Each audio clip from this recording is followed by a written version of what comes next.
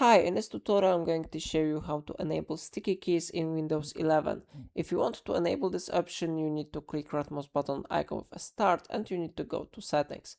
After that, from the left panel you need to select accessibility options, and now we need to scroll down and find here something like keyboard, sticky, filter and toggle keys on screen keyboard. We need to open this option. And the first option here is sticky keys. This option will let you to press keyboard shortcuts that use multiple keys, one key at a time.